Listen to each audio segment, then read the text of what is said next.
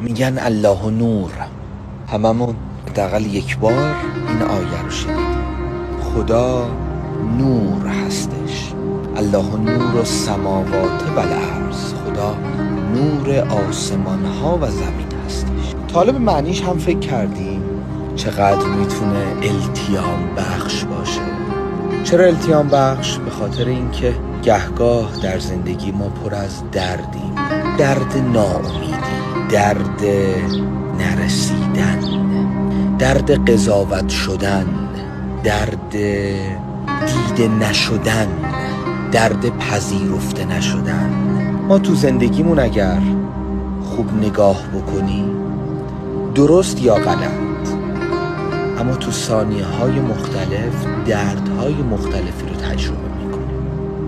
رفقا، امید مخلوق خدا نیست. الله نور، خدا همون نور امیده. امید یک چیزی نیستش که خدا خلق کرده باشه. خدا خودش خود امیده.